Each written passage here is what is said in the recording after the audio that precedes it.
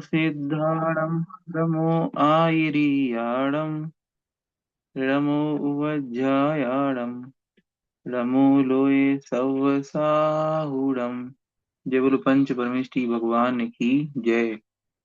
आइए सबसे पहले मधु जी माइक खोलिए।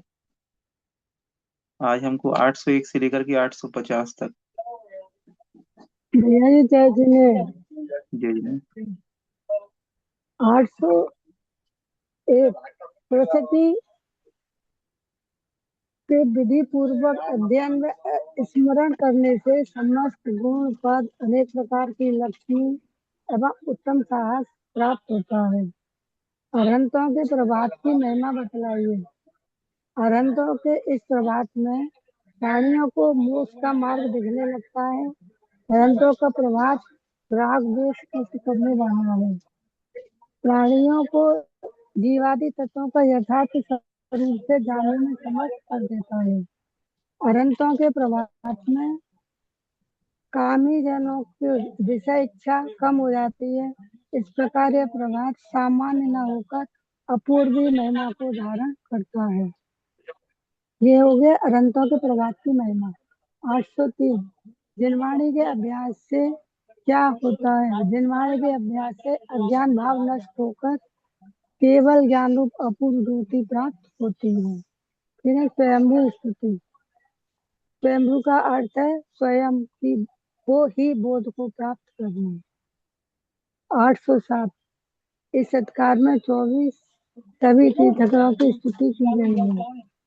प्रश्न पिता मनोहर दुर्लभ वचन इस स्तुति से अर्थ समझाइए।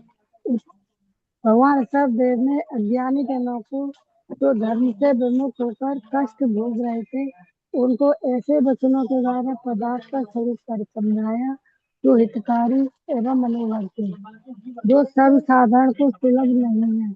यही इस स्तुति का अर्थ है।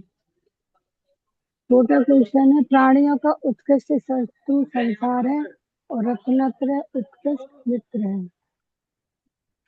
श्लोक 816 मोह के द्वारा जो प्राणियों के मस्तक पर धूल स्थापित की जाती है वह पुष्पवंत भगवान को नमस्कार करने से स्वतः ही नष्ट हो जाती है।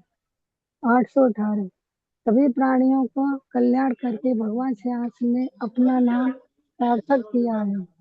1819 विमल अर्थात कर्मल से रहे इस नाम को सार्थक करते हैं।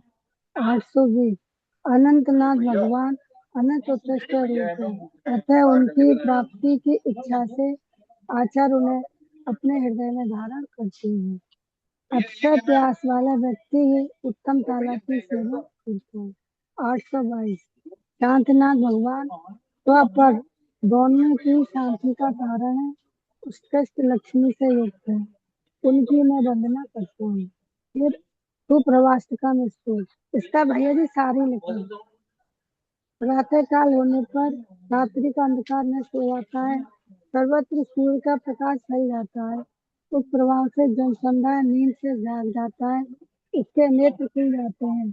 ठीक इसी प्रकार मोहिनी कर्म का क्षय हो जाने से भगवान की निद्रा मोह से उपजी जड़ता नष्ट हो जाती है। ज्ञानावरण दर्शनावरण कर्म के समूल नष्ट हो जाने से उनके अनंत ज्ञान दर्शन का प्रकाश सर्वत्र फैल जाता है। उस समय उन्हें अपूर्व सुप्रभात का लाभ होता है। मैं तीनों लोगों के अधिपति जिन भगवान के सुप्रभात की स्थिति करती हूँ। फिर भैया शांतिनाथ स्तोत्र में जो अष्टपति हार है वही ऋषभ स्तुति में है तो दोनों एक ही जैसे हैं। अंतराय कर्म का क्षय ही प्रकाश है। केवल ज्ञान सूर्य है जो पाप रूपी निद्रा से जीवों को जगाता है। प्रबोध क्या है प्रबोध अर्थात उत्कृष्ट ज्ञान। 448 की पूजा से करते हैं। कामदेव के पर्यायवाची शब्द पुष्पशर के दो अर्थ हैं पंचशर पुष्पशर। पहले पंचशर आया था कामदेव का इसमें पुष्पशर आया है इससे से दो पर्यायवाची नहीं है। जिन पूजन में 8 द्रव्य कौन कौन से उनको चढ़ाने का भाव समझाइए। जिन पूजन में 8 द्रव्यों के नाम है जल चंदन अक्षत पुष्प नैवेद्य, दीपक, धूप, फल और अर्घ। भैया जी इनकी जो है डिटेल बताऊं या जो सब जानते हैं इनको? जानते हैं वैसे तो सब, लेकिन मैं बता रहा हूँ कि एक जी। प्रश्न यहाँ से जरूर बन सकता है, अष्ट द्रव्य वाले से अच्छा क्वेश्चन बन सकता है कि आठ हाँ। द्रव्य चढ़ाने वाले किन किन कारणों से चढ़ाए जाते हैं। ये जिन पूजा हाँ जी। अष्टक से पूरा एक प्रश्न बन सकता है। हाँ भैया जी लिखे तो है मैंने ये। लिखिए, जरा पढ़ दीजिए एक बार। जल, जन जरा मृत्यु के संताप रूपी अग्नि को शांत करने के लिए उत्तम जल से 3 धाराओं में छिड़काव करता हूँ।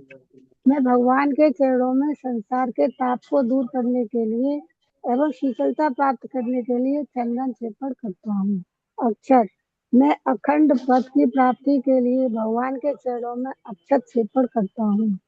पुष्प, पुष्प शब्द के 2 अर्थ हैं, काम वासना और पुष्पमाला।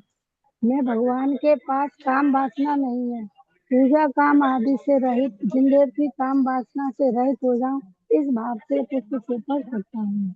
नैवेद्य, मैं भगवान के चरणों में सुधा रोग एवं इंद्रिय बल नष्ट करने के लिए नैवेद्य समर्पित करता हूँ। दीपक, मोह रूपी अंधकार का विनाश करने के लिए मैं भगवान के चरणों में दीपक अर्पित करता हूँ। धूप, महाअष्ट कर्मों का विनाश करने के लिए मैं भगवान के चरणों में धूप छेपड़ करता हूँ। पद, उत्कृष्ट अमृत नाम का अनंत फल मोक्ष, इसकी प्राप्ति के लिए मैं भगवान के चरणों में फल अर्पित करता हूँ। फिर अर्घ, केवल अर्घ क्यों दिया जाता है? केवल ज्ञान रूपी नेत्रों के धारक जिनेन्द्र देव को विधान व स्तुति करके 8 द्रव्यों का समूह अर्पित किया जाता है। ठीक है, पूजा बहुत क्यों अच्छे। की जाती है? पूजा क्यों की जाती है, उसका लाभ और स्वरूप लिखिए। ये क्वेश्चन ये भी बना है। पूज्य हाँ पुरुषों बताइए। के पूज्य पुरुषों के गुणों का अनुवाद करना, स्तुति करना पूजा कहलाती है। मनुष्य अपने कल्याण के लिए वीरेंद्र देव की पूजा करते हैं, क्योंकि पूज्य पुरुषों की पूजा पूजा को भी पूज्य बना देती है। उदाहरण, जिस प्रकार किसान खेती करता है और कर के रूप में कुछ भाग राजा को देता है, किसान का उद्देश्य खेती करके कुटुंब का पालन करना है, राजा के लिए वे खेती नहीं करता। इसी प्रकार भगवान की पूजा अपने आत्म परिणामों की निर्मलता के लिए की जाती है। पाप कर्मों का रस छीन होता है, पुण्य कर्मों का अनुभाग वृद्धि को प्राप्त होता है, दुख का नाश होता है, सुख की प्राप्ति समय हो जाती है। संबंत आचार्य ने भी बोले जिस एक कोटेशन भी है, लेकिन मैं संस्कृत में इसको लिखना नहीं चाहती, इसलिए इसे छोड़ दिया। तो इतना ही पड़ा हुआ है ना, पूजा ना पूजा ठीक है। स्वास्थ्य फिर आगे, इसको छोड़ दिया है। ठीक है। जय जी, जय जिनेन्द्र यादव। जय जिनेन्द्र। बहुत अच्छे, बहुत बढ़िया प्रश्न थे। आइए इसके आगे सुमन जी, माइक खोलें अपना। हाँ, ये 100 का है। जय जिनेन्द्र भैया जी। जय जिनेन्द्र। विवेक बुद्धि कैसे प्रकट होती है? श्लोक नंबर 802। यहाँ विवेक में वज्र का आरोप करके बतलाया गया है कि जिस प्रकार वज्र के द्वारा बड़े बड़े पर्वत खंडित कर दिए जाते हैं, उसी प्रकार विवेक रूप वज्र के द्वारा बलवान कर्म रूप पर्वत नष्ट कर दिए जाते हैं। वज्र जैसे जल से परिपूर्ण मेघ से उत्पन्न होता है, वैसे ही विवेक भी समीचीन अर्थ के बोधक वाक्य रूप में जल से परिपूर्ण ऐसे सरस्वती के शरीर भूत शास्त्र रूप मेघ से उत्पन्न होता है। यही जिनवाणी के परिशीलन से विवेक बुद्धि प्रकट होती है, जिसके प्रभाव से नवीन कर्मों का संवर तथा पूर्व संचित कर्मों की निर्जरा होकर अनिश्वर सुख प्राप्त हो जाते हैं। श्लोक नंबर 804। किसकी प्रसन्नता कविता करती है? हे सरस्वती, तेरी प्रसन्नता ही कविता करती है, क्योंकि मुझ जैसा मूर्ख पुरुष भला उस कविता को करने के लिए कैसे योग्य हो सकता है? नहीं हो सकता। इसलिए तू मुझ मूर्ख के लिए ऊपर प्रसन्न हो, क्योंकि माता गुणहीन पुत्र के विषय में कठोर नहीं हुआ करती है। श्लोक नंबर 807। मनुष्य के लिए क्या सुलभ है? यह श्लोक प्रयुक्त गुण शब्द के 2 अर्थ हैं। हितकारक आदि गुण इसे रस्सी। उसका अभिप्राय यह है कि जिस प्रकार कोई मनुष्य यदि असावधानी से कुएं में गिर जाता है तो इतर दयालु मनुष्य कुएं में रस्सियों को डालकर उसके सहारे से उसे बाहर निकाल लेते हैं। इसी प्रकार भगवान यदि जिनेन्द्र तो बहुत से प्राणी अज्ञान से बस होकर धर्म के मार्ग से विमुख होते हैं, कष्ट भोग रहे हैं। इनको हितोपदेश से द्वारा उद्धार किया था, उन्हें मोक्ष मार्ग में लगाया था। उन्होंने उनको ऐसे वचनों द्वारा पदार्थ का स्वरूप समझाया था कि जो कि हित कारक होते हुए भी उन्हें मनोहर की प्रतीत होते हैं। हित मनोहरी च दुर्लभम वच वचः। इस युक्ति के अनुसार यह सर्वसाधारण को सुलभ नहीं है। प्राणियों का संसार में कौन शत्रु है और कौन मित्र है? श्लोक नंबर 808। प्राणियों का संसार में एक उत्कृष्ट शत्रु है तथा रत्नत्रयी एक उत्कृष्ट मित्र है। इसके सिवा दूसरा कोई शत्रु अथवा मित्र नहीं है। इसके उस रत्नत्रय रूप के मित्र अवलंबन से उस दुर्जय संसार रूपी शत्रु को जीत लिया है। यह अजित जिनेन्द्र ने मुझे समीचीन सुख प्राप्त हो गए। जन्म जरा मृत्यु से किससे आश्रय है? श्लोक नंबर 848।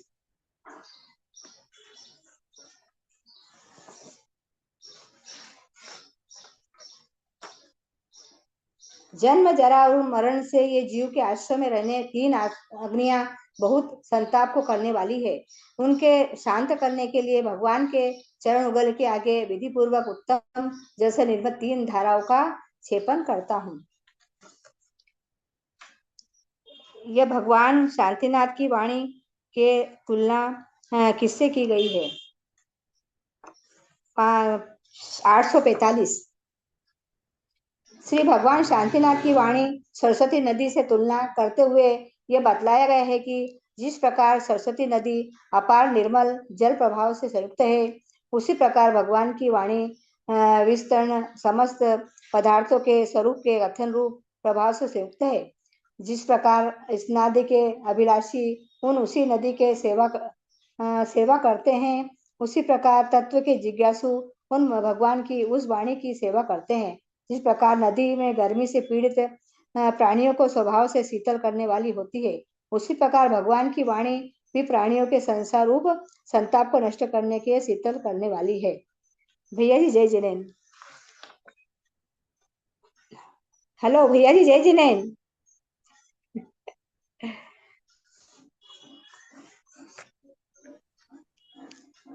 भैया जी आवाज नहीं आ रही भैया जी।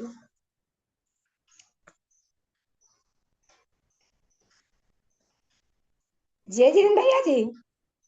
जय जिनेन्द्र, मेरा माइक बंद हो गया था, मैं बोल तो रहा था। माइक क्या बंद है, हो आप गया? लोगों को कोई शोर ना हो इसलिए मैं अपना माइक भी बंद कर देता हूँ। अच्छा। बहुत अच्छे, बहुत बढ़िया प्रश्न बोले। और इसके बाद आगे आशा जी, अपना माइक खोलें।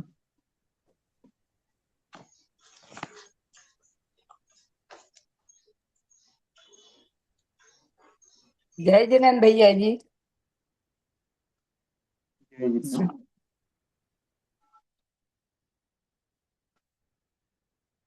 आशा जी एक बार माइक खोलिए, आपका माइक बंद हो गया मेरे से, जल्दी से। जय जिनेन्द्र भैया जी। जय जी। आप भैया जी सूर्य देवता स्थिति से बनाए हैं। जी ठीक है, बोलिए। इस प्रकरण में 31 श्लोकों से जन्माणी की स्तुति की गई है। प्रश्न 776। अज्ञानता जड़ता नष्ट करने वाली को क्या उपमा दी गई है? प्रश्न नंबर 771। समस्त पदार्थों को प्रकाशित करने करने अधिक श्रेष्ठ तेज कौन है? 800 से 850 तक। 60 से 89। अल्पज्ञ मनुष्य श्रुत केवली क्या स्वीकार करते हैं? प्रश्न 3 लोक रूप ज्ञानमय दीपक क्या है? उत्तर, हे सरस्वती, तुम 3 रूप भवन में स्थित ज्ञानमय दीपक हो कि जिसके द्वारा दृष्टिहीन मनुष्यों के साथ दृष्टि युक्त मनुष्य समस्त वस्तुओं के समूह को देखते हैं। 781। हे देवी, तेरा मार्ग अत्यंत विस्तृत है, सदा अक्षुण बना रहता है, समझाइए। 784। तीनों लोकों के अधिपति सर्वज्ञ के ज्ञान का कारण तुम ही हो, बताइए। प्रश्न साधन भूत मनुष्य पर्याय क्यों व्यर्थ चली जाती है? 786। किस प्राणी का जन्म निष्फल होता है? 789। जिनेंद्र भगवान की दिव्य ध्वनि को सर्वभाषात्मक क्यों कहा गया है? जिनेंद्र भगवान की दिव्य ध्वनि को समुद्र शब्द समान गंभीर रूप से खिड़ती है। यहाँ वास्तव में सरस्वती सर्वोत्कृष्ट है। इससे गर्दन ने बाहर आए अंगों से गिरते अर्थात गूंथी हुई है। उसमें आश्चर्य विशेष है कि वह अक्षरमय न होकर सर्व श्रोता जन के भाषामय स्वरूप उसे सर्वभाषात्मक कहा गया है। 8 से मुनियों का अविनश्वर हित किसमें है? मनुष्यों का अविनश्वर हित किसमें है? हे सरस्वती, समीपता संस्कार को प्राप्त हुए श्रवण कान को छोड़कर अविनश्वर हित नहीं है। 8 से 1 जिनवाणी भक्तों के लिए कौन सा उत्तम पद प्रदान करती है? 8 से 2 विवेक बुद्धि क्या है बताइए। 8 से 3 स्व संवेदन स्वरूप तेज क्या है? स्व पर प्रकाशन स्वरूप क्या तात्पर्य है? 8 से 4 माता अपने पुत्र के विषय में कठोर नहीं हुआ करती है, समझाइए। प्रश्न 8 संसार रूपी समुद्र को कैसे पार कर सकता है? जो पुरुष पवन नंदी कीर्ति स्वरूप श्रुत देवता की स्थिति को पढ़ता है वह संसार अभिप्राय यह है कि हे माता, शास्त्र ज्ञान से रहित हमारी जो वचनों की चंचलता अर्थात स्थिति रूप वचन प्रवृत्ति है उसे तू क्षमा कर। मैं इस योग्य ना होते हुए भी जो भी स्तुति की है वह केवल तेरी भक्ति के बस होकर ही की है। ये हो गए श्रुत स्तुति के भैया जी। अब स्वयंभू स्तुति के, जो स्वयं उत्पन्न इस स्तोत्र में 24 श्लोकों से 24 भगवान की स्तुति की गई है। जिनेंद्र आदि की आराधना किस प्रकार करनी चाहिए? जिनेंद्र ने प्रवास वश होकर अज्ञानता रूप कुएं से गिरे हुए संसार के प्राणियों को पर तत्व आत्म तत्व उपदेश में वचन रूप गुणों से उद्धार किया है। इस ऋषभ जिनेंद्र की आराधना करना चाहिए। प्रश्न दूसरा, प्राणियों को उत्कृष्ट शत्रु मित्र कौन है? उत्कृष्ट शत्रु संसार मित्र रत्नत्र है। अजित जिनेंद्र मुझे समीचीन सुख प्राप्त होते हैं। प्रश्न तीसरा, जन्म मरण से संसार पीड़ित मोक्ष मार्ग क्या है? संभव जिनेंद्र जन्म मरण से रहित होकर मोक्ष सुख प्रदान करे। अनंतनाथ भैया जी 24 ही भगवान का है ये पूरा, फिर हमने रिक्त स्थान बनाए। अनंत ज्ञान के द्वारा समस्त विश्व को जानने वाले अभिनंदननाथ, जिनके लिए मुक्ति के लिए मैं नमस्कार करता हूँ। 8 से 11 आपने नए प्रमाण निर्दोष रीति से प्रकाशित किया है। सुमतिनाथ सार्थक है, ये जिन आपको नमस्कार हो। जिनके ऊपर आकाश में धरने 3 लोक के 8 से 12 3 लोक के प्राणियों के प्राप्त होकर जो भी अपने शरीर के विषय में भी ममत्त रहे थे वह वर्धमान अंतिम तीर्थंकर नम्रित हुए मुझे पद्म नंदी मुनि के लिए मोक्ष प्रदान करें। खाली स्थान समान रूप से अनेक प्रकार लक्ष्मी अनेक गुणों को प्रदान करती है, इसमें उत्तम पद को प्रदान करती है। जिसके 8 से 2 जिसके प्रभाव से नवीन कर्मों का तथा पूर्व कर्मों डैश डैश तथा पूर्व कर्मों की होती है। इसमें जिसके प्रभाव से विवेक के नवीन कर्मों का संवर तथा पूर्व कर्मों की निर्जरा होती है। जिनवाणी के अभ्यास से नष्ट होकर केवल ज्ञान रूप ज्योति प्रकट होती है। जिनवाणी के अभ्यास से डैश डैश अज्ञान भाव नष्ट हो कर केवल ज्ञान रूप ज्योति प्रकट हो जाती है। 8 से 6 इस योग्य न होते हुए भी वह केवल भक्ति वश होकर ही की है। इस योग्य न होते हुए भी डैश डैश माने स्तुति वह केवल भक्ति वश होकर ही की है। 8 से 8 प्राणियों का ही डैश डैश और मित्र है। प्राणियों का संसार ही उत्कृष्ट संसारी शत्रु और रत्नत ही मित्र है। जो अपने डैश डैश के द्वारा जानता देखता है अभिनंदन भगवान को नमस्कार करता है। जो अपने अनंत ज्ञान के द्वारा जानता देखता है वह अभिनंदन भगवान को नमस्कार करता है। जो श्रेयांश नाम से प्रसिद्ध है वह श्रेयांशनाथ है। जो श्रेयांश सार्थक नाम से प्रसिद्ध है वह श्रेयांशनाथ है। जो अनंत ज्ञान अनंत दर्शन सुख और अनंत वीर से है जी। अब बीच में डैश डैश अनंतनाथ भगवान को नमस्कार हो। भैया इतने ही बनाए, बस।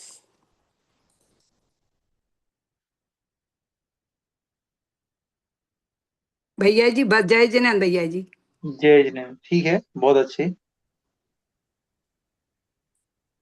क्योंकि इसमें ज्यादा प्रश्न नहीं बन रहे हैं, भगवान की स्तुति है, हाँ इसलिए उसमें ठीक है। हाँ इसलिए नहीं बना कि सब लोग 24 भगवान की सुनाएंगे, हम भी 24 ही भगवान की सुनाएंगे, तो इसलिए नहीं, हमने ठीक है, कही के बहुत अच्छे, हाँ। कोई बात नहीं। चलिए अगला नंबर सरोज जी। जय जिनेन्द्र भैया जी, सभी को जय जिनेन्द्र। जय जी। देवता स्तुति, श्लोक नंबर 802। विवेक किसे कहते हैं और इसकी क्या उपयोगिता है? जिन वाणी के परिशीलन से विवेक बुद्धि प्रकट होती है, जिसके प्रभाव से नवीन कर्मों का संवर और पूर्व संचित कर्मों की निर्जरा होकर अविनश्वर सुख प्राप्त हो जाता है। 803। जिनवाणी के अभ्यास से कौन सी ज्योति प्रकट होती है? जिनवाणी के अभ्यास से अज्ञान भाव नष्ट होकर केवल ज्ञान रूपी अपूर्व ज्योति प्रकट होती है, जो सूर्य चंद्र आदि से भी के प्रकाश से भी उत्कृष्ट है। भैया जी ज्यादा डिटेल में न बताकर उत्तर बहुत संक्षिप्त में बता रही हूँ भैया जी।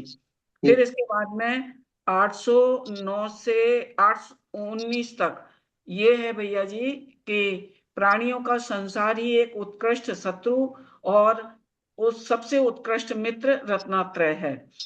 फिर भैया जी 814 में बताया है भगवान के नामों के अर्थ सहित उन्होंने विवेचना की है, तो मैं संक्षिप्त में बता रही हूँ। संसार के ताप को नष्ट करने वाले चंद्रप्रभ भगवान, मोह रूपी धूल को नष्ट करने वाले पुष्पदंत जी, चंद्रमा और चंदन से भी अधिक शीतल शीतलनाथ जी, संसार के ताप को नष्ट करने वाले शीतलनाथ जी, श्रेय अर्थात कल्याण प्रदान करने वाले श्रेयांसनाथ जी, सभी प्रकार की लक्ष्मी और उत्तम सुख को प्रदान करने वाले वासुपूज्य, कर्म मल से रहित करने वाले विमलनाथ जी हैं। अनंतनाथ भगवान किसे कैसे हैं? भगवान अनंतनाथ अनंत अज्ञान, अनंत दर्शन, अनंत सुख, अनंत वीर रूप, अनंत चतुष्टय से परिपूर्ण है। उनकी सेवा करना उसी प्रकार लाभप्रद है जैसे अत्यंत प्यास से पीड़ित पानी का विलासी मनुष्य तालाब को प्राप्त कर लेता है। फिर शांतिनाथ भगवान कैसे हैं? तो शांतिनाथ भगवान स्वपर शांति प्रदाता हैं और समशरण रूप बाह्य और अनंत अनंत चतुष्टय रूप अंतरंग लक्ष्मी से परिपूर्ण है। फिर भैया जी इसके बाद में वही नामकरण की सार्थकता है। 831 सुप्रभाताष्टकम श्लोक है, तो इसमें 17 श्लोक 8 है। और इसमें भी भैया जी उन्होंने ये बताया है कि सामान्य रूप से जो सूर्य और चंद्रमा का प्रकाश होता है वो तो एक अलग है, परंतु अरिहंतों का सुप्रभात कैसा होता है उसका वर्णन इन्होंने किया है। भैया जी इसका पढ़ूं मैं आंसर? थोड़ा सा बड़ा है। जी पढ़िए।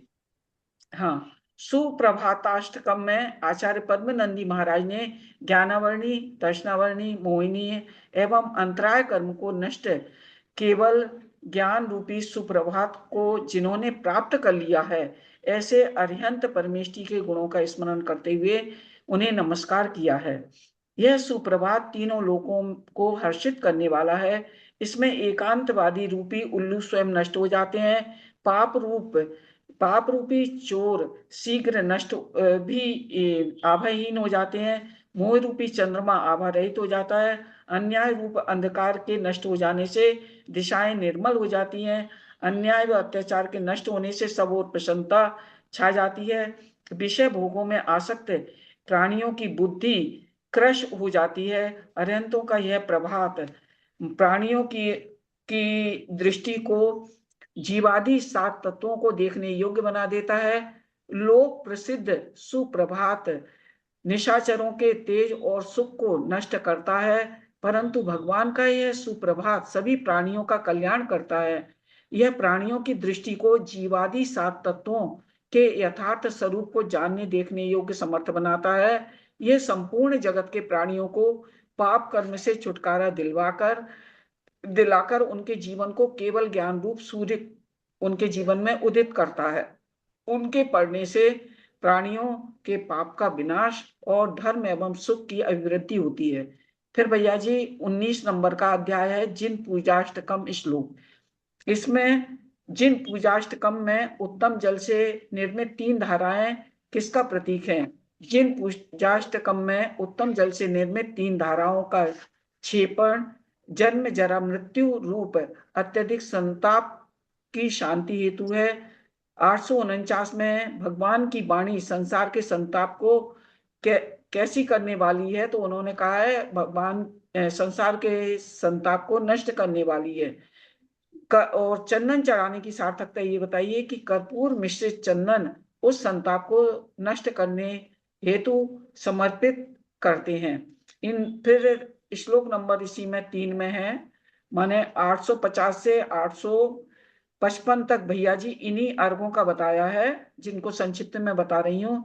इंद्रिय रूपी धूर्तों से बाधा रहित होने को अक्षत, काम रूपी बाण को नष्ट करने के लिए पुष्प, इंद्रिय बल अर्थात क्षुधा रोग को नष्ट करने के लिए नैवेद्य, मोह रूपी अंधकार के नाश हेतु दीपक, आघाती कर्मों को नष्ट करने हेतु उन्होंने बताया है धूप, चंचलता को रोकने के लिए उत्कृष्ट अमृत नामक फल मोक्ष को प्रदान करने के लिए समर्पित किया जाता है, क्योंकि जिनेंद्र की भक्ति ही समस्त फलों को देती है। सभी जीवों को शांति प्रदान करने वाले केवल ज्ञान रूपी नेत्र से वह सुशोभित है।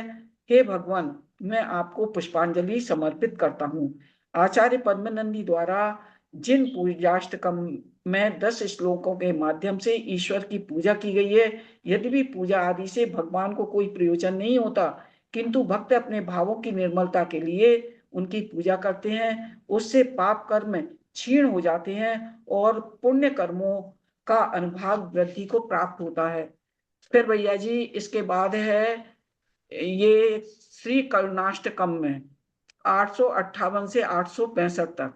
श्री करुणाष्टकम में आचार्य पद्मनंदी ने किसकी कामना की है, तो इसमें उन्होंने इस संसार के दुखों से पीड़ित होकर भगवान से अपने उद्धार की कामना की है।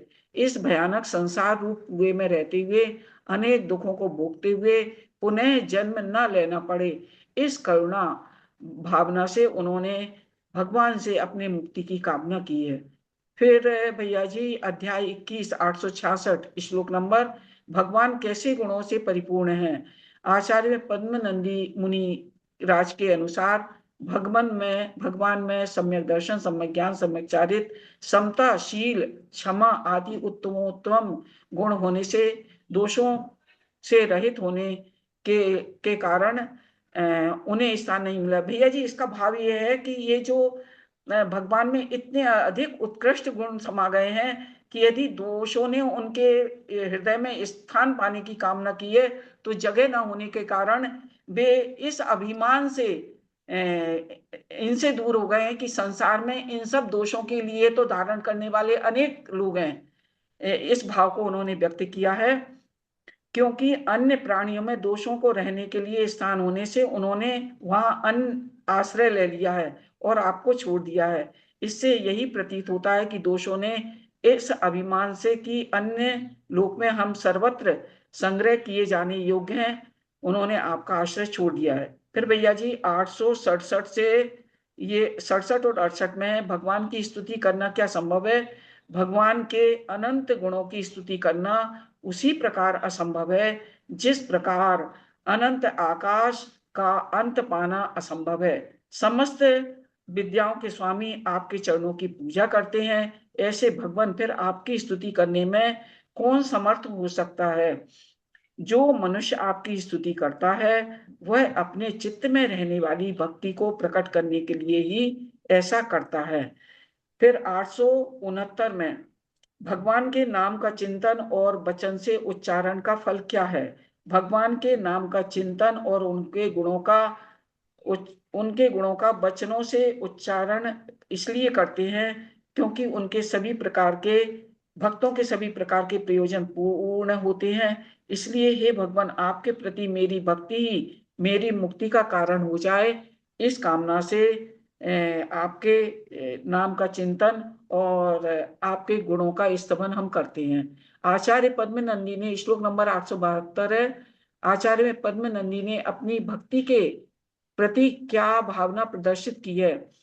उन्होंने बताया कि वृद्धावस्था आने पर शरीर कांति रहित हो जाता है, इंद्रियां शिथिल हो जाती हैं, ये इतना सब होने पर भी मेरी यही इच्छा है कि जिनेंद्र भगवान के प्रति मेरी भक्ति बनी रहे। 873 में आचार्य ने भगवान से क्या प्राप्त करने और क्या नष्ट करने की कामना की है। आचार्य श्री ने भगवान से समस्त दुष्चेष्टाओं के नष्ट होने और रत्नत्रय की प्राप्ति की कामना की है एवं रत्नत्रय धर्म, तप, 10 प्रकार के धर्म, मूल गुण, उत्तर गुणों के पालन में लगे दोषों को मिथ्या करने की बात कही है। फिर 872 में है भगवान के चरण कमलों की स्मृति कैसी है। भगवान के चरण कमलों की स्मृति मोक्षदायक है। 878 में है क्रियाकांड चूलिका में भगवान की वाणी अर्थात जिनवाणी कैसी है। तो बीतराग सर्वज्ञ की 3 लोक रूप घर में उत्तम दीपक की शिखा के समान स्यादवाद रूप प्रभा से युक्त है। मनुष्य देव नागेंद्रों से पूज्य है। तीनों काल विषयक स्वरूप को प्रकट करने वाली है। भैया जी जय जिनेंद्र। बस इतना ही करता है भैया जी। जय जिनेंद्र भैया जी। जी जय जिनेंद्र। वैसे 850 तक करने थे, आपने आगे भी कर दिए। भैया जी आपने 900 की संख्या पार करा दी थी, कह दिया था छुट्टी है तो आप 900 तक करेंगे। हाँ तो कर लें, बोला था भैया।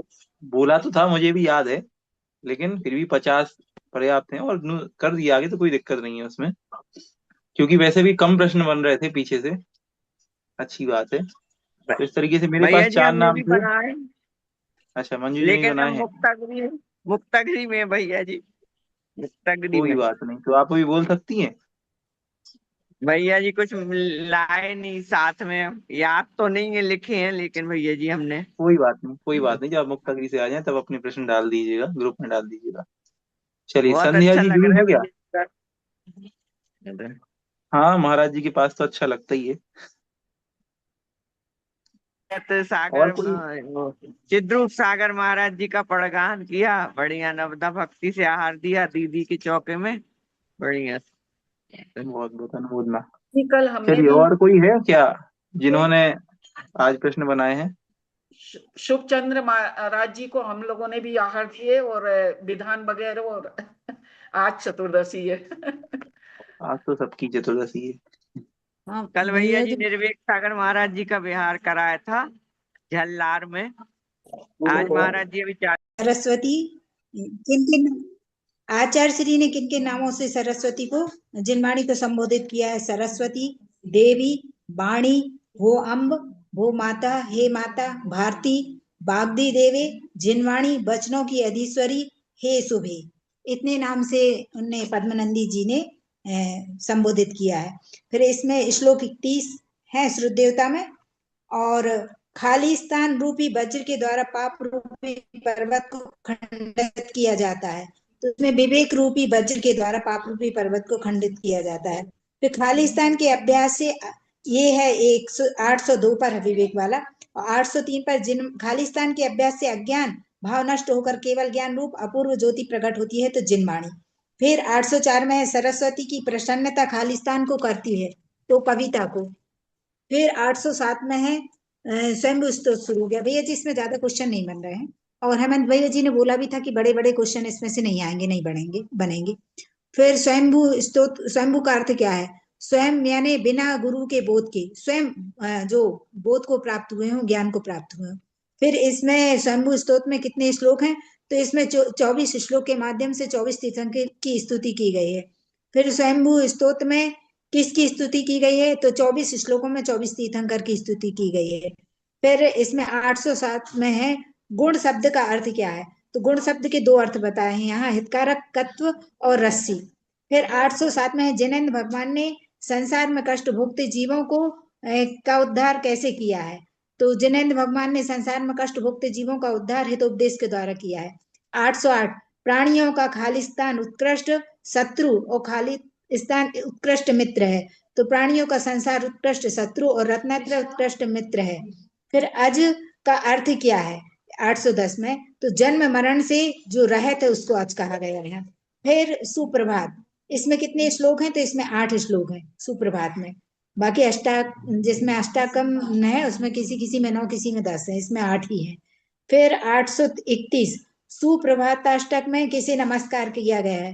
तो अरहंतों के, जिन्होंने चार घातीय कर्मों का नाश कर लिया है, ऐसे अरहंतों के सुप्रभात को, यानी उनके केवल ज्ञान को नमस्कार किया गया है। भगवान के सुप्रभात का अर्थ क्या है? तो भगवान की केवल ज्ञान का प्रकाश, सुप्रभात का अर्थ। फिर 836, इसको हमने पहले किया था, फिर बाद में आगे की किए। 836 में अरहंत का सुप्रभात किस प्रकार का है, किसको नष्ट करता है? तो अरहंत का सुप्रभात राग द्वेष को नष्ट करने वाला है। फिर खालिस्तान कर्म का क्षय ही प्रकाश है, तो अंतराय कर्म का क्षय ही प्रकाश है। 837 साधारण प्रभात और भगवान के प्रभात में क्या अंतर है? तो जो लोक प्रसिद्ध प्रभात है की अपेक्षा जिनैन भगवान के प्रभात में अपूर्वता है। लोक प्रभात तो रात्रि के नींबू अंधकार जब को नष्ट खाना करता खाना है। हो तो बता देना जी, कुछ बोला आपने? रात्रि के अंधकार को नष्ट करता है, जीवों के अज्ञान अंधकार को, लेकिन भगवान का प्रभात तो जीवों के अज्ञान अंधकार को नष्ट करता है। तो लोक प्रसिद्ध प्रभात सफेद कमल को मुकुलित करता है, प्रमुदित नहीं मुकुलित, लेकिन भगवान का प्रकाश समस्त कुवलय को विकसित करता है और प्रमुदित करता है। निशाचरों उल्लुओं को ये जो प्रभात है, लोक का प्रभात, निशाचरों व उल्लुओं के तेज और सुख को नष्ट करता है, परंतु भगवान का सुप्रभात उनके तेज और सुख को नष्ट नहीं करता। फिर इसके बाद भैया जी शांतिनाथ स्तोत्र, तो इसमें 18वें नंबर का अध्याय, इसमें 9 श्लोक हैं। 839, इसमें किसकी, इस अधिकार में किसकी स्तुति की गई है? तो 18वें अधिकार में शांतिनाथ भगवान की स्तुति की गई है। तो 8 प्रतिहारों के क्रम से नाम: छत्र, धुंधवी, सिंहासन, पुष्प वृष्टि, भामंडल, अशोभवृक्ष, दिग्ध्वनि, चमर।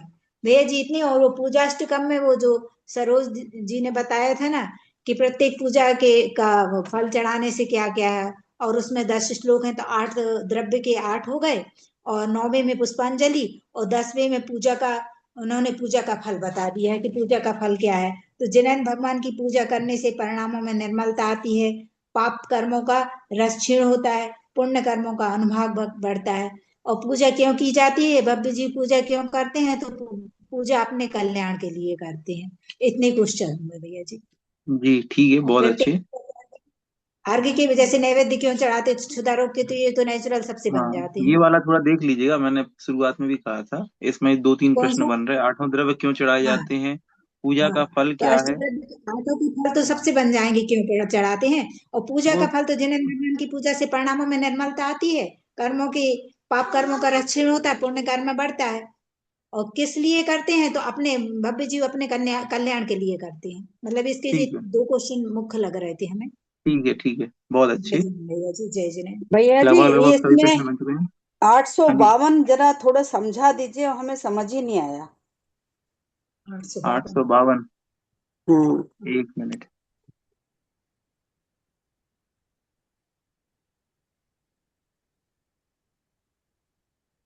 और 854 दोनों समझ में नहीं आए। जी मैं बताता हूँ, पहले एक बार स्वाति जी के प्रश्न हो जाए, मैं बता रहा हूँ जब तक। जी स्वाति जी। जय जिनेन्द्र भैया जी। जी जी। भैया जी थोड़े से ही क्वेश्चन हैं, रिपीट ही होंगे शायद। इसमें श्रुत देवता स्थिति में 801 नंबर पर है कि गुरु का उपदेश क्या है, तो 801 नंबर में उसका आंसर है। इसके बाद इसमें स्वयंभू स्तुति 16 नंबर का अधिकार है, इसमें 24 तीर्थंकरों की स्तुति की गई है। स्वयंभू का अर्थ है स्वयं ही प्रभुत्व को प्राप्त हुए। और 808 नंबर में रत्नत्रय रूप मित्र के अवलंबन से किसे जीत लिया जाता है, तो दुर्जय संसार रूप शत्रु को जीत लिया जाता है। इसके बाद है 811 नंबर पर सुमति, इस नाम का अर्थ क्या बताया गया है, तो सुमति का अर्थ है उत्तम बुद्धि वाला। 812 नंबर पे पद्म प्रभु भगवान की को किस प्रकार की शोभा से युक्त बताया गया है, तो 812 नंबर में जिस प्रकार आकाश में तारा समूह से संयुक्त होकर चंद्र शोभायमान होता है, उसी प्रकार जो प्रथम प्रभु तीर्थंकर समोषण सभा में तीनों लोगों के समस्त प्राणियों के मध्य में स्थित होकर शोभायमान होते हैं। इसके बाद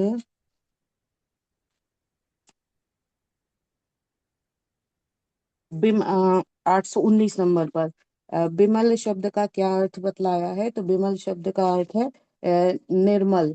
जो पाप निश्चय से पापिष्ट जनों के पाप मल को नष्ट करके उन्हें निर्मल कर देते हैं, वह बिमल कहलाते हैं। 820 नंबर पे अनंत चतुष्टय कौन कौन से होते हैं? तो अनंत ज्ञान, अनंत दर्शन, अनंत सुख, अनंत वीर, इन सबको सम्मिलित रूप से अनंत चतुष्टय कहते हैं। इसके बाद 828 नंबर पर अरिष्ट नेमी नाम से कौन से तीर्थंकर प्रसिद्ध हुए? तो अरिष्ट नेमी नाम से नेमिनाथ भगवान प्रसिद्ध हुए हैं। इसके बाद सुप्रभात स्तुति में भैया जी मतलब उसमें से एक ही क्वेश्चन बनाया था मैंने कि अनंत परमेष्ठी का सुप्रभात किस प्रकार का है? तो इसके आंसर दोनों दीदी लोगों ने बोल दिए हैं। इसके बाद शांतिनाथ स्तोत्र है, तो इसमें से भैया जी मेरे को ऐसा कोई ज्यादा क्वेश्चन नहीं मिला, पर 845 नंबर पर शांतिनाथ भगवान की बाड़ी का सरस्वती नदी से तुलना किस प्रकार की गई है? तो विशेषार्थ में उसका आंसर है। और इसमें इसके बाद जिन पूजा अष्टकम में, तो जिन पूजा अष्टकम में किसकी चर्चा की गई है? तो इसमें पूजन के अष्ट द्रव्य का वर्णन किया गया है। जन्म और 848 नंबर पे जन्म, जरा और मरण, ये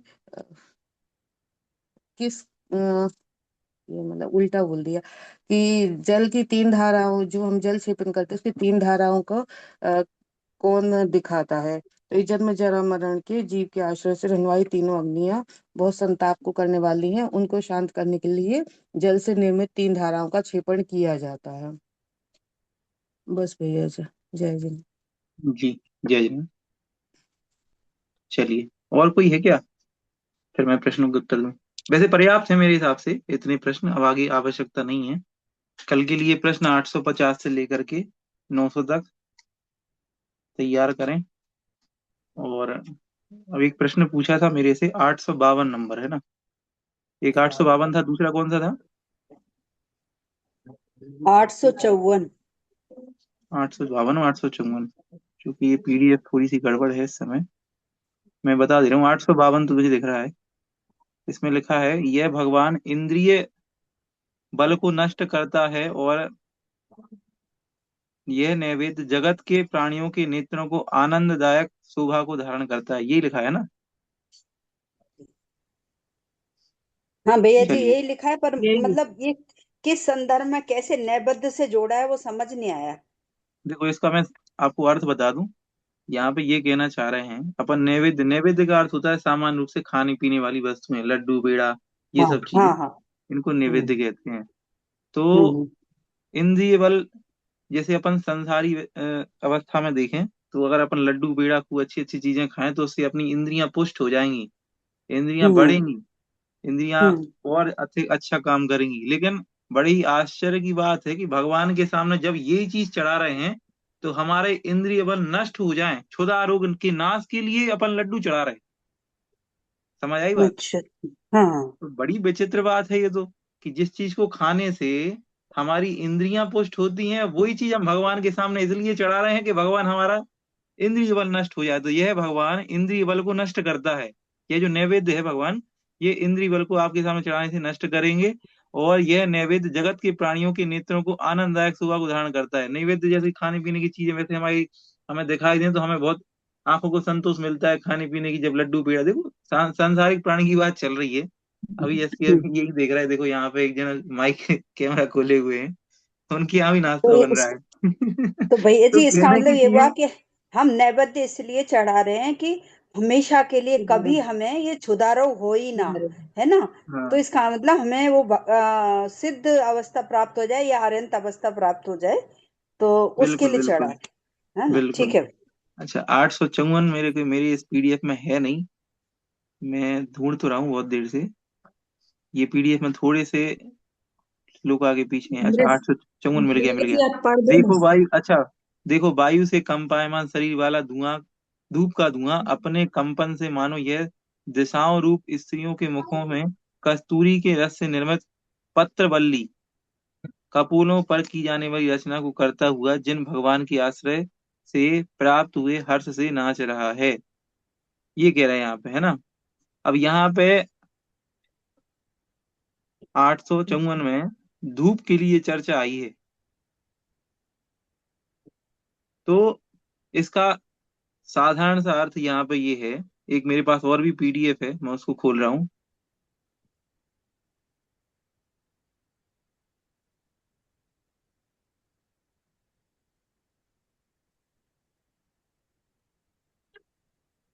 जी देखिए, इसमें लिखा है कि धूप का धुआं सब जगह पर फैल रहा है। इससे तो यह मालूम होता है मानो वह दिशारूपी स्त्रियों के मुख पर कस्तूरी के रस से रची हुई पत्र रचना के समान पत्र रचना को कर रहा है, क्योंकि कस्तूरी के रस का रंग तथा धुआं का रंग एक सा ही होता है तथा निकलते समय पवन से कंपित होता है। उससे ऐसा मालूम पड़ता है कि वह मानो श्री जिनेन्द्र के आश्रय करने से हर्ष से नृत्य ही कर रहा हो। ठीक है, एक तो धूप का धुआं, एक कस्तूरी क्या कहते हैं, आप में से कोई बताएगा कस्तूरी किसे कहते हैं? मेघ की रहती ना, जो हिरण की नाभि में पाया जाता है। हाँ हिरण की नाभि में रहती है। बिल्कुल कस्तूरी कुंडल बसे मृग जी। ढूंढे बनवाई। हाँ, एक तो मृग की कस्तूरी होती है और हाथी के पास क्या होता है? मुक्ता, मुक्ता होती है। मद होता है गजमुक्ता। भैया जी। गजमुक्ता, गजमुक्ता। जी, मोती होते गजमुक्ता। हैं। तो कुछ कुछ प्राणी ऐसे होते हैं जिनके पास कुछ विशेष चीजें पाई जाती हैं। ऐसी मृग के पास भी कस्तूरी निकलती है। उस कस्तूरी का वैसे तो प्रयोग बैन है, लेकिन फिर भी क्योंकि उसके लिए हिरण को मारा जाता है, तो बता रहे हैं कि दोनों चीजों से जो धुआं निकलता है वो धुआं आकाश में नाच रहा है। ऐसे नाच रहा है मानो कि भगवान की भक्ति में भगवान का आश्रय मिल गया है, तो वो अब हर्ष से नृत्य कर रहा है और जान रहा है कि अब मेरा कल्याण होने वाला है। अब मैं, जिसकी आग लगती है या कहते हैं जब अपन धूप जलाते हैं तो जो धुआं ऊपर की ओर जाता है वो कंपायमान होता है ना, ऐसे ऐसे नाचता सा दिखाई देता है। यहाँ भाग रहा है, वहां दीपक की लो ऐसी ऐसी नाचती सी दिखाई देती है।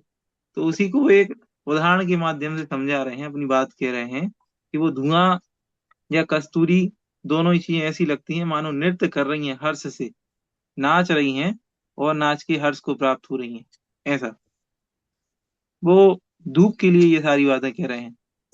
नहीं वायु पर से कंपायमान शरीर वाला धूप का धुआं अपने कंपन से मानो यहाँ दिशाओं रूपी स्त्रियों के मुख में कस्तूरी के रस से निर्मित पत्रवल्ली को करता हुआ जिन भगवान के आश्रय से प्राप्त हुए हर्ष से नाच ही रहा है, तो नृत्य कर रहा यहाँ है। पर पत्रवल्ली का अर्थ बताइए जी। यहाँ पर धूप धूप का जो अर्घ है वो हम्म उसके बारे में कहा गया है, पर उससे हम कुछ कनेक्ट नहीं कर पाए। उन्होंने एक उदाहरण यहाँ पे ये दी थी कि स्त्रियों के मुखों में कस्तूरी के रस से निर्मित पत्र पत्रवल्ली कपोलों पर की जाने वाली रचना। कपूर मतलब होते हैं गाल। गाल, और गालों पर कुछ ऐसा पत्रवल्ली मतलब पत्रवल्ली के उन्होंने अर्थ भी दे दिया कि गालों पर कुछ उससे बनाया जाता है। हो सकता है कोई विशेष प्रकार की कलाकृति कस्तूरी से की जाती हो स्त्रियों के गालों पे, वो तो आप ही लोग बता पाएंगे क्या बनाया जाता है कस्तूरी से।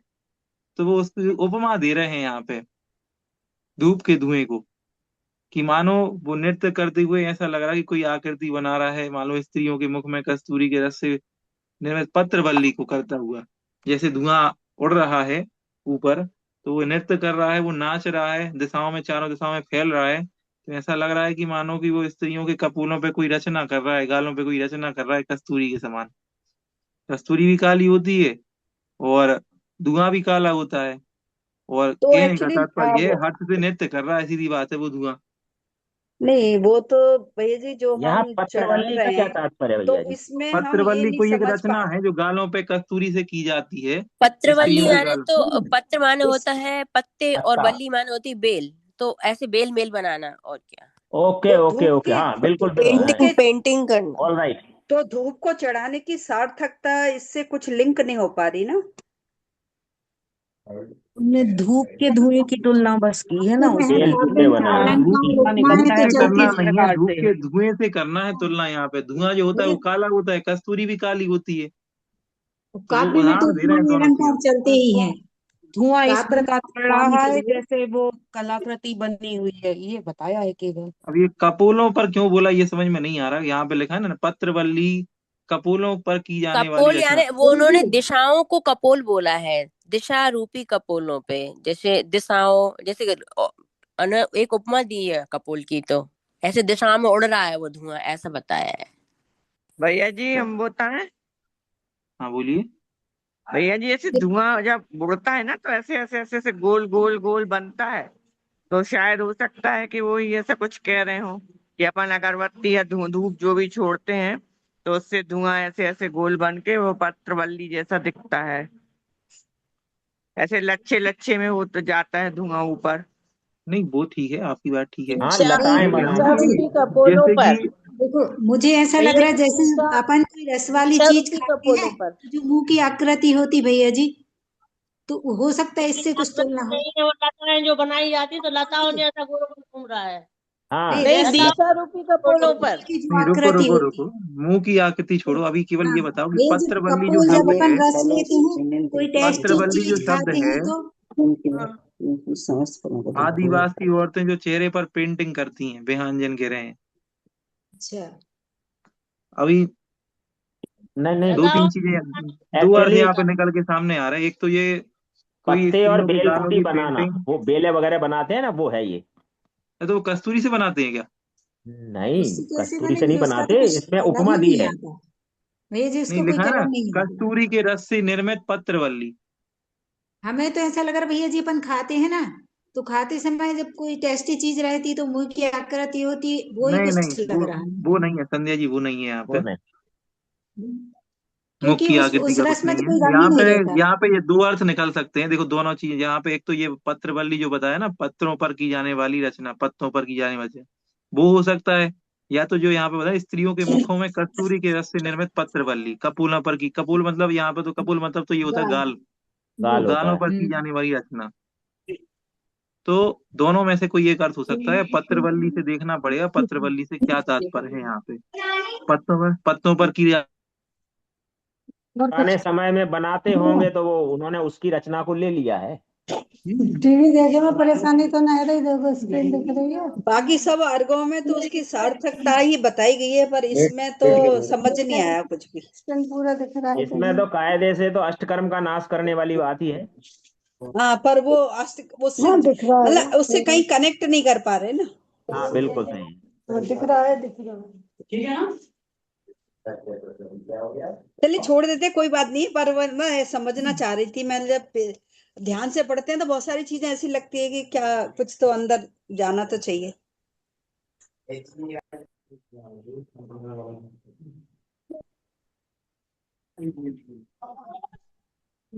भैया जी मैं बताऊं इसका अर्थ?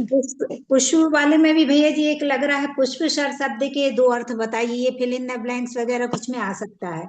एक तो पुष्प रूप बाण हो गए कामदेव यानी काम वासना, दूसरा पुष्पमाला। ये भी इसमें एक बन रहा है।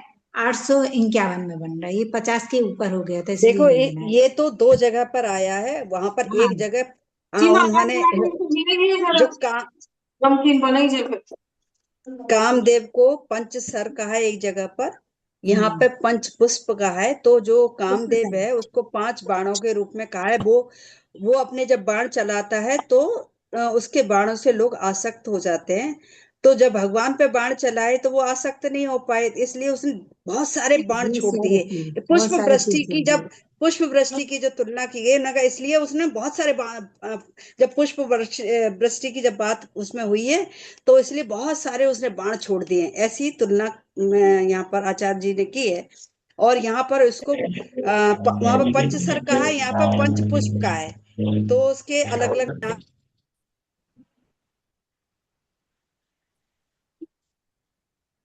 माफ कीजिएगा, कनेक्शन कट गया था। कभी आप लोग नहीं जुड़ पाते, कभी हम ही बाहर हो जाते।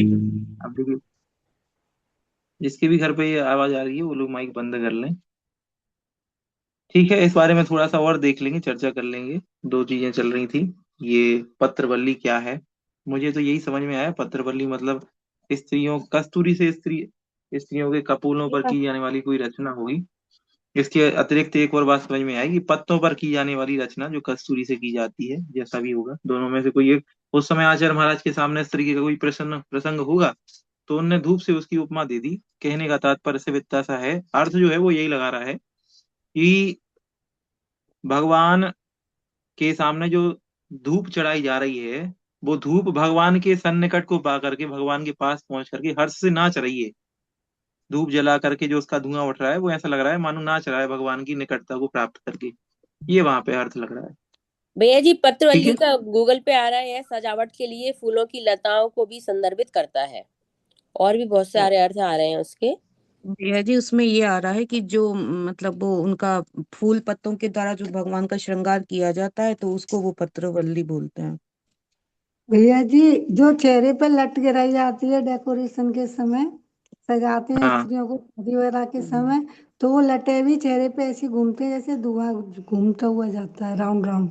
हाँ, ये बिल्कुल ठीक लगा मुझे कहीं ना कहीं मधु जी का, कि उन्होंने कहा कि आप देखिए, लटें भी काली होती हैं बालों की, कहीं ना कहीं उनको घुमा करके वो चेहरे पे कपड़ों पे रचना की जाती है, ऐसा कि मान लो आ, और मैंने देखा भी है, जो जिसकी श्रृंगार वगैरह करते थे पहले के समय में, तो वो यहाँ पे गाल के किनारे से कुछ इस तरीके से घूमती हुई लट टाइप की निकाल लेते थे, काले रंग की। वो लट वगैरह ऐसी होती थी कि वो बालों की नहीं होती, वो काले रंग से बनाई जाती थी। आप लोगों ने भी शायद देखी हो इस तरीके की कोई चीज। तो हो सकता है वो हो, दोनों ही हो सकती हैं। चलिए ठीक है, अपन दोनों अर्थों को ले लेते, विशेष भैया करके जी वो थोड़ा सा और ज्यादा पता पर कर ले। भैया जी, यहाँ पे विशेषता उसकी है ही नहीं, वो तो दिशाओं की उपमा दी है नहीं, स्त्रियों के स्त्रियों के कप। कपोलों पर ये लिखा है मेरी ना। मतलब अरे ये भाभी भैया जी, वो दिशाओं की उपमा दी है। दिशाओं के लिए स्त्री की उपमा दी है, उस दिशाओं में वो धुआं जा रहा है। उन दिशाओं को स्त्री को आप पढ़िए, देखो एक उस लाइन को दिशाओं पढ़िए आप। रूप स्त्रियों के मुख हाँ, में तो वो दिशाओं को। कस्तूरी के रस से हम्म। निर्मित पत्रवल्ली। अच्छा ठीक है, चलिए यहाँ पे स्त्रियों को अगर मान लीजिए दिशा कह रहे हैं, तो हम्म। फिर दिशाओं की मुख में कैसे मानेंगे फिर? या तो मुख को अलग कर दो, दिशाओं चलो के मुख में दिशा नहीं, स्त्री। दिशाओं में धुआं उड़ता है तो उसको एक उपमा, एक कल्पना होती है ना, किसी की कवि की कल्पना होती है, उस कल्पना को साकार किया है उन्होंने। अच्छा, दिशाओं में पत्रवल्ली को कैसे जोड़ेंगे? और हाँ, दिशाओं में ही तो उड़ता है धुआं, तो दिशाओं में ही उड़ेंगे ना, किसी भी दिशा में। नहीं, और अभी तो पत्रवल्ली मतलब आपने बताया कि पत्रवल्ली पत्तों पर की जाने वाली कलाकृति। हाँ, तो उन्होंने दिशाओं को स्त्री की उपमा दी है और फिर स्त्रियों के कपोलों पे वो रचना की है, ऐसा माना है उन्होंने। ठीक है, वही चीज आपस में घूम फिर के हो रही है। देख लीजिएगा, कुछ नहीं, इतना डिटेल में ज्यादा नहीं आएगा। आप ये उपमान मत लिखिएगा, आप तो साधारण अर्थ लिख दीजिएगा, आपको भैया नंबर जी मिल अदर जाएंगे। कास्ट ठीक है। में एक बेलपत्र होता है जो चढ़ाया जाता है, अदर कास्ट में। हाँ, वो अलग चीज है, वो शंकर जी के ऊपर जो चढ़ाया जाता है। ठीक है, अर्थ समझ में आ गया, कोई बात नहीं। थोड़ा सा और उसको देख लेंगे। तो आज की कक्षा को यहाँ पे समाप्त कर रहे हैं। इसकी आगे भैया जी चर्चा अपन एक कल बात और करेंगे। बता दीजिए, ये हाँ पंचविंशिका जी। किस संयोग का शास्त्र है? पंचविंशति का किस अनुयुग का शास्त्र है? देखिए, सबसे पहले अपन प्रथमानुयोग पे जाएंगे। तो प्रथमानुयोग में राजा महाराजाओं की थोड़ी चर्चा होती, तो इसमें आदिनाथ भगवान की और जो है राजा श्रेयांश की चर्चा आई, इसलिए प्रथमानुयोग का भी कह सकते हैं। कर्णानुयोग की चर्चा मुझे देखने में नहीं मिली कि किसी तीनों लोगों के बारे में कोई चर्चा विशेष रूप से हो, नहीं है, कर्णानुयोग का नहीं है। इसके बाद चरणानुयोग के लिए अगर कहेंगे, तो इसमें अपन के लिए व्रतों के लिए कहा गया है, 11 प्रतिमाओं का स्वरूप भी बताया गया है, इसलिए चरणानुयोग की चर्चा भी इसमें है।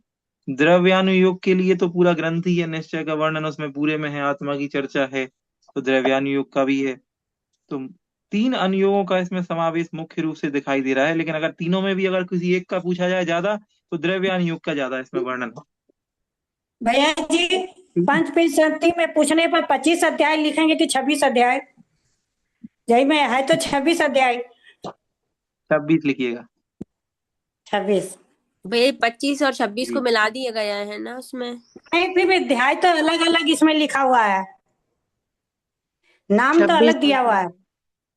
देखिए, जब प्रस्तावना की एक बार वीडियो देख लीजिए, सब कंफर्म हो जाएगा। अभी दोबारा से चर्चा मत कीजिए, मैंने बहुत अच्छे से क्लियर कर दिया था इसको। भैया जी 26 ठीक है। लिखने से सही होगा ना? भैया जी जी एक हाँ दिन हाँ वो पर्याप्ति की परिभाषा समझा दीजिए ना, थोड़ी सी ठीक है, माइंड में चली जाए, पर्याप्ति की भी समझा देंगे, आखिरी दिन समझा देंगे माइंड में चली पर्याप्ति जाए की। तो मतलब फिर समझ में आ ठीक है। जाएगा, जल्दी भैया से जी सही जय कर लेंगे। जिनेन्द्र, इसके बाद आदिनाथ पुराण शुरू करेंगे ना आप? भैया वो बहुत जी डीप है, आदि उसमें तो कुछ पुराण नहीं करेंगे। आता। जी आदि पुराण करेंगे इसके बाद। वो कब से छुए ही नहीं है भैया जी, बिल्कुल से क्वेश्चन आंसर कुछ बिल्कुल नहीं। बिल्कुल, आप उसको डेली छू सकती हैं, आपके पास ही होगा। मेरे टाइम नहीं मिलता भाई, चलिए मेरी ठीक है, बेटी सभी अभी को जय एग्जाम दे जिनेन्द्र। के आई है। भैया जी 3 और 7 दोनों की छुट्टी हो गई है।